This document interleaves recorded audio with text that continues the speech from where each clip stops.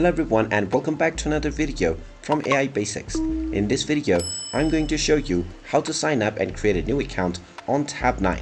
So let's get started right away. First of all, open up your web browser and then in the address bar type in tabnine.com and press enter.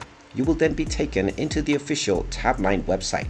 Now in order to sign up and create a new account, click on the Get Started for Free button. You will then find various options to get started with your new account.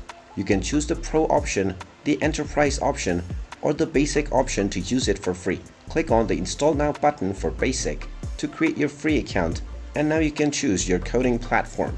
You can also click on the Login/Sign Up button at the top section and you will be taken into the sign up page. From this page, click on Sign Up at the top section first and you will be asked to enter your credentials. Just type in your name first, followed by your email address and then your password. Then click on a Create Account button and you will be asked to check your verification email.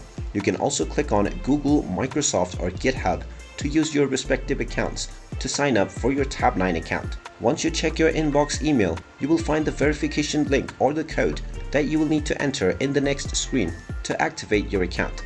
And after your account has been verified, you can use your email address and your password within the sign in section to sign in to your newly created account on TABNINE. And there you have it.